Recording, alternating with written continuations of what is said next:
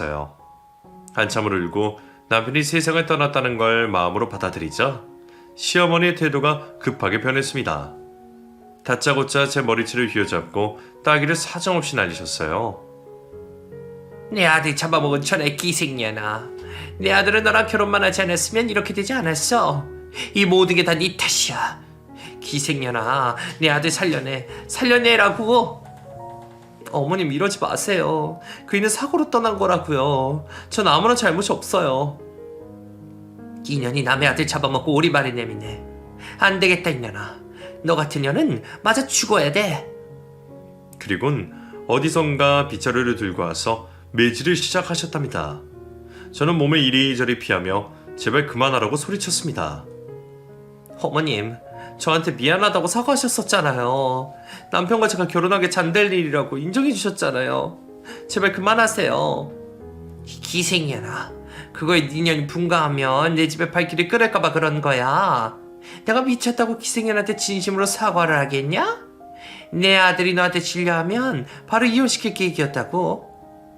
어머님, 화나셔서 아무 말이나 막 하시는 거예요? 아니면 진짜 저를 끝까지 중화하고 미워할 생각이셨어요? 야 이년아, 나 정신 멀쩡하거든? 그리고 네 낮바닥만 보면 항상 화가 났다고. 네 아들 잡아먹을 기생년아, 너도 저 세상 가게 해주마. 시어머니는 조문객들이 들어오는데도 행동을 멈추지 않았습니다. 다행히 건장한 남자들이 시어머니를 말려줘서 피할 수 있었어요. 너 이년 가만두지 않을 거야. 내 아들 죽게 만든 벌을 내가 직접 내리겠다고. 망하려나. 어머님 제발요. 저도 남편을 잃어 너무 힘들다고요. 그리고 어머님이 이러시면 그이가 편하게 저승을 가겠어요? 제발 이성적으로 행동하세요. 그러자 시어머니는 죽이듯한 표정을 지으며 당장 장례식장에서 나가라고 하더군요.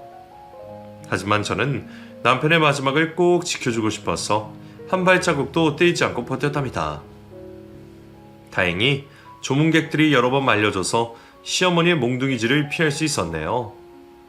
남편의 영정사진을 보며 지칠 때까지 눈물을 흘린 저는 저도 모르게 벽에 기대어 잠이 들었답니다. 그런데 시어머니가 제 따귀를 날리고 머리채를 잡고 보호자 방으로 끌고 들어갔어요. 2평 남짓되는 공간에서 저에게 쌍욕과 매질을 이어가셨습니다. 이년아, 내 아들 잡아먹고 잠이 오냐? 너 이제 보니까 모든 게 계획이었지? 내 아들 고쳐서 결혼하고 저승길 보낸 다음에 재산을 꿀꺽하라고 계략한 거지. 이 씹어먹어도 시원찮을 년. 가만두지 않겠어. 오늘 네 제삿날인 줄 알아. 그렇게 흠씬 두들겨 맞으며 비명을 질렀는데 아무도 오지 않았어요. 그도 그럴 것이 새벽 시간이라 대부분의 조문객들이 들어갔고 남아있는 사람들은 술에 취해 자고 있었거든요. 저는 누군가의 도움이 손길에 닿기 바라며 목이 터져라 소리를 질렀답니다. 도와주세요. 누가 저희 시어머니 좀 말려주세요. 이 기생년아, 널 도와줄 사람은 아무도 없어. 네 기생 애미녀는 오늘 딸년 초상을 치를 거라고. 저는 양팔로 빗자루를 막으며 계속 당할 수밖에 없었습니다. 그런데 잠시 후 보호자 방문이 스르륵 열렸습니다. 의문의 여자는 시어머니와 저를 번갈아 보면서 쏘아봤어요.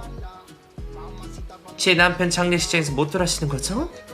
어머님, 아직도 이러고 사세요? 너는... 어머님, 귀신이라도 보셨어요? 이거 서운하네. 난 전 남편과 의리를 지키려고 어려운 발걸음을 했는데. 시어머니는 얼굴이 하얗게 질리며 손에 들고 있던 빗자루를 놓치셨습니다. 저는 의문의 여자가 누군지 물어보았습니다. 방금 전 남편이라고 했어요? 제 남편이 그쪽 전 남편이라고요? 왜? 그이 돌싱인 거 몰랐어요? 아주 웃기는 모자네. 총각 행세에서 새 장가를 때렸단 말이죠. 그게 사실이에요? 진짜 제 남편과 이혼한 분이세요? 그랬죠. 그런데 그쪽처럼 맨날 욕먹고 괴롭힘 당하는 게 이골이 나서 도망 나왔습니다. 2년만 같이 살면 된다 해서 참아보려 했는데 노인네가 어찌나 꼬장꼬장하고 하는 행동이 너무 쓰레기 같아서 나와버렸어요. 저도 지금 그쪽처럼 매질당한 적이 있었어요. 제가 변호사를 준비하고 있을 때 공부 좀 했더니 그게 못마땅했던지 엄청 못살게 굴었죠. 그런데 지금 이 아줌마 하는 짓을 보니 하나도 변하지 않았네요. 도대체 어떤 며느리가 들어와야 하는지 모르겠다니까요. 여자의 이야기를 듣자 저는 남편에게 배신감을 먼저 느꼈습니다. 감쪽같이 이혼남인 걸 속이고 결혼한 게 너무 분했죠. 그리고 그런 아들의 비밀을 숨기고 저를 끝없이 괴롭힌 시어머니가 사무치도록 미웠습니다. 저는 자리에서 일어나 시어머니의 눈을 보며 말했어요. 어머님, 그동안 잘도 속이셨네요. 이혼남의 총각으로 둔갑해서 결혼시킨 주제에 저를 그렇게 못 잡아먹어 안달이 나셨던 거예요?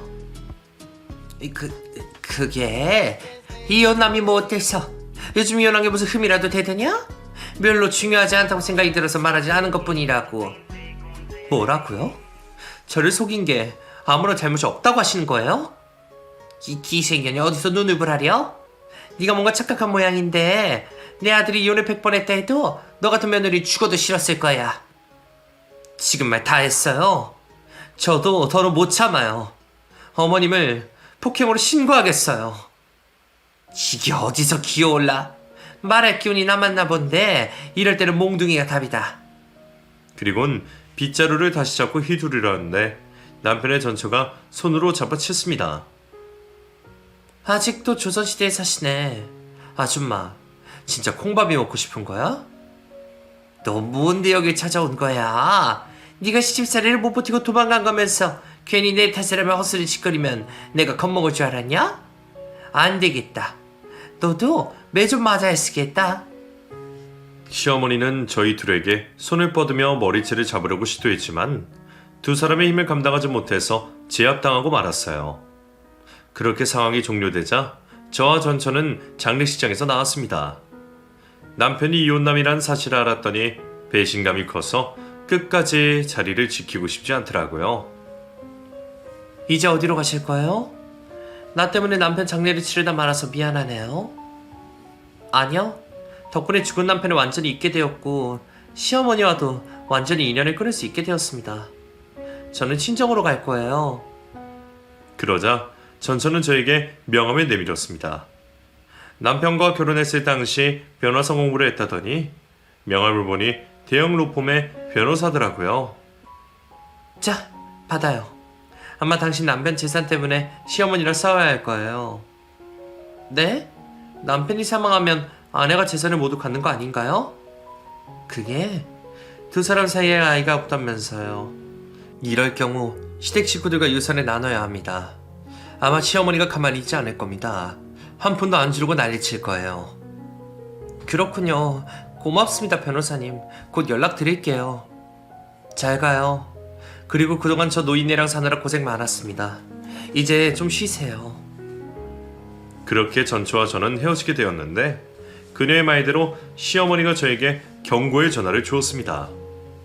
나다. 기생년아. 너 지금 내 아들 재산 받을 생각이 들떠있지?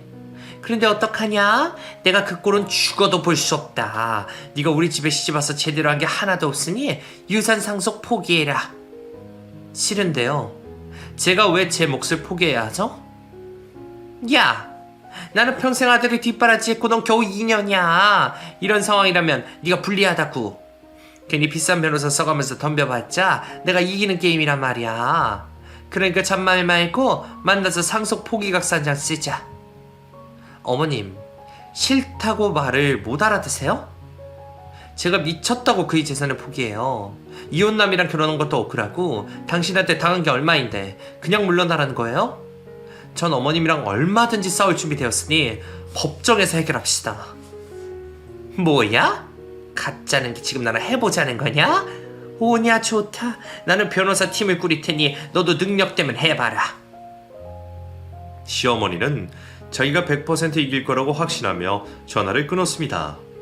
저는 곧장 남편의 전처인 변호사님께 연락을 드려서 때가 왔다고 전했어요.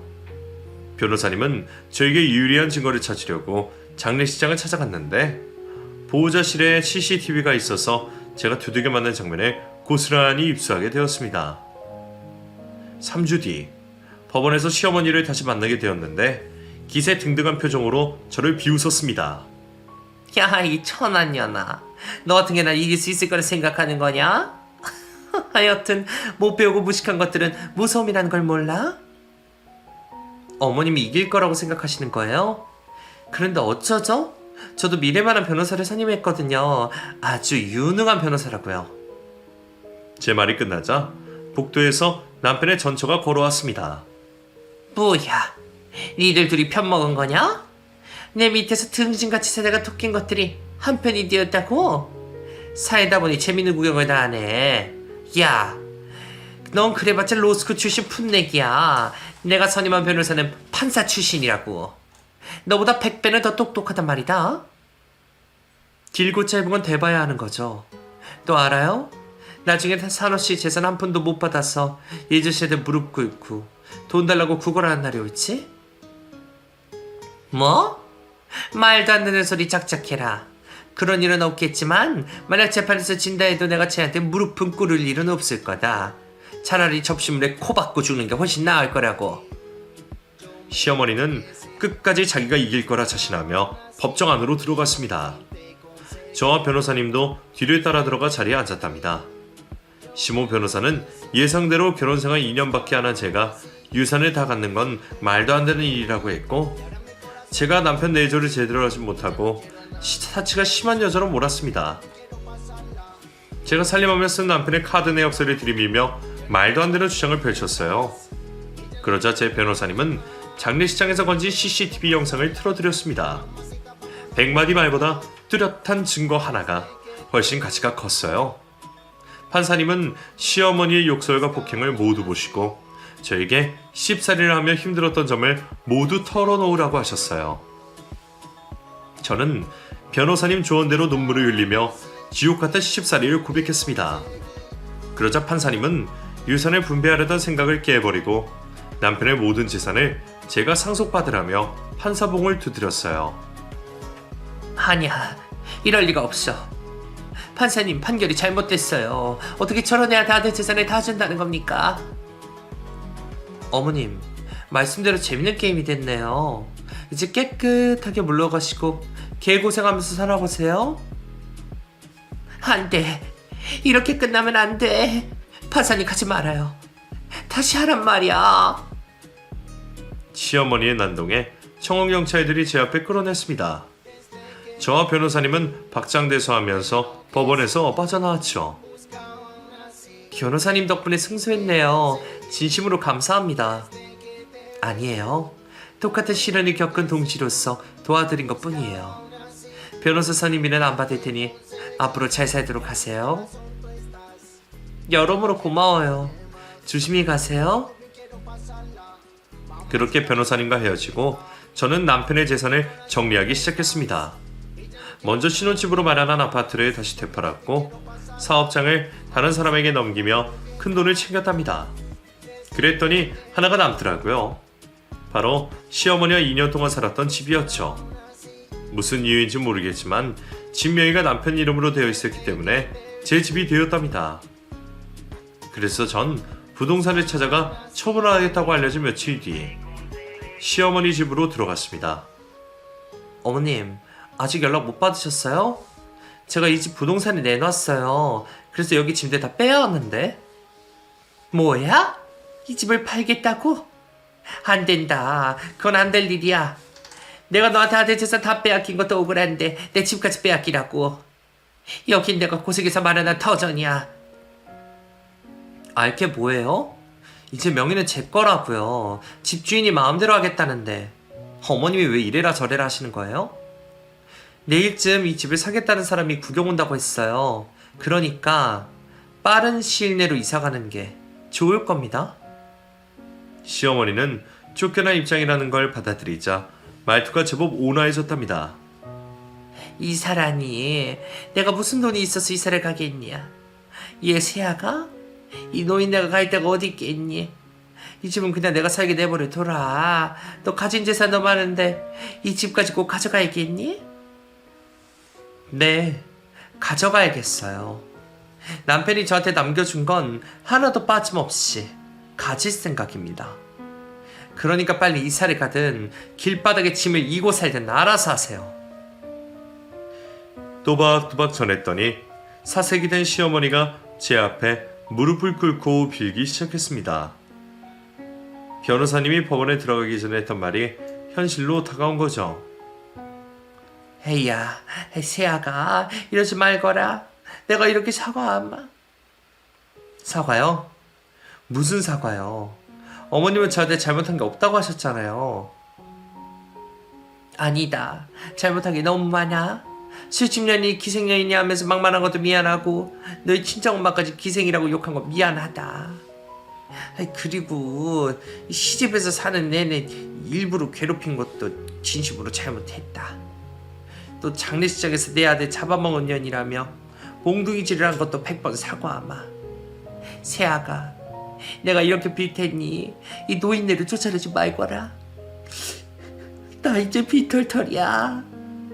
가지고 있던 돈은 죄다 변호사 선임비로 써서 한 푼도 남아있지 않다고. 그러게 그 돈이라도 아끼지 그러셨어요. 여하튼 저는 어머님을 받을 생각이 추호도 없습니다. 그냥 쉽게 생각하시면 될 것 같아요. 과거에 지은 죄가 많아서 천벌을 받는다고 말이에요. 제가 끝까지 집을 내주겠다고 하지 않자 시어머니는 무릎 꿇은 채로 오열하기 시작했습니다. 세아가 나도 원래 좋은 사람이었다. 이렇게 나쁜 년이 아니었다고. 혼자 아들을 키우면서 세상 풍파를 맞으면서 살았더니 고약한 인간이 된 거야. 그러니 제발 나를 용서하고 살려주거라. 어떡하죠? 하나도 공감이 되지 않아요. 고생하면서 살았다고 다 어머님처럼 변하지 않거든요. 어머님은 본성이 그런 거예요. 그러니까 계속 고약한 인간으로 사세요. 앞으로 누가 받아줄지는 모르지만요. 세아가 가지 마라, 세아가. 저는 비굴하게 울고 있는 시어머니를 두고 시댁에서 나와버렸어요. 그리고 며칠 뒤 집을 구경 온 사람이 바로 계약하겠다고 연락이 와서 부동산에 가서 집을 팔아버렸답니다. 그런데 끝까지 버티고 나가지 않은 시어머니 때문에 가택 침입으로 식용고를 해서 내쫓게 했어요. 집안에 있던 살림살이는 모두 폐기 처분해버렸고요. 그래서 시어머니는 오갈 데가 없어 노인 쉼터에서 지내게 되었습니다. 거기서 먹고 자는데 큰 무리가 없으니 앞으로도 그렇게 살게 내버려 두기로 했죠. 그리고 전 남편의 재산을 모두 가지게 된 저는 엄마와 새롭게 시작하기로 했답니다. 지금 운영하는 호프집을 팔고 대형 상가로 들어가 200평에 가까운 수직 매출집을 오픈했어요. 안주는 이전과 똑같이 만들어서 팔았는데 여기서도 반응이 뜨거워 장사가 무척이나 잘 되고 있답니다. 엄마는 저를 안타까워하시면서도 지난 상처에 대한 보상을 제대로 받아서 잘된 일이라고 기뻐해 주셨어요. 전 남편을 진심으로 사랑하긴 했지만 막대 먹은 시어머니와 이웃남인 걸 숨긴 것까지 알게 되니 지금은 하나도 생각이 나지 않아요. 그냥 스치듯 지나간 인연이라 생각하고 영원히 묻어버렸습니다. 지금 30대 초반인 저는 엄마와 장사하느라 남자를 만날 여유가 없어요. 언젠가 좋은 인연이 반드시 찾아올 거라 믿으며 제 일을 사랑하고 엄마와 더 깊은 사랑을 하며 지내려고요. 허심탄회하게 털어놓았더니 속이 다 시원하네요. 제 사연으로 제약은 재미를 느끼셨으면 좋겠습니다.